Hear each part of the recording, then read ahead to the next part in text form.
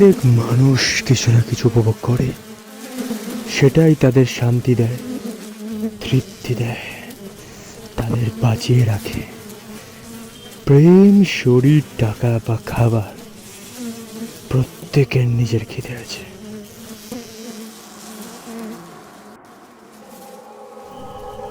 আমিও সাধারণ, তোমাদের মতোই আমারও খিদে আছে, কিন্তু আমার খিদে একটু আলাদা।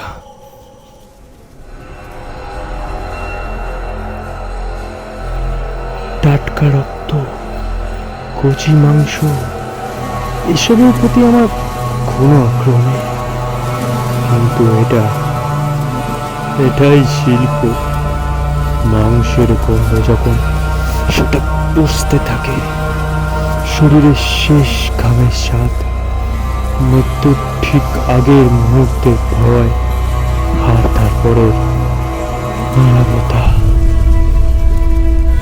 মৃত্যুর পরে ওরা আমার সাথে থেকে যায়, সেই চোখ, সেই ভয় আটকে থাকে আমার কাছে।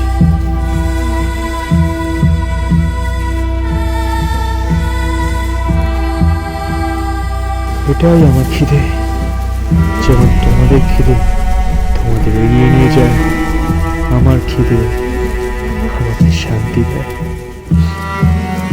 আমি পাপী নাকি?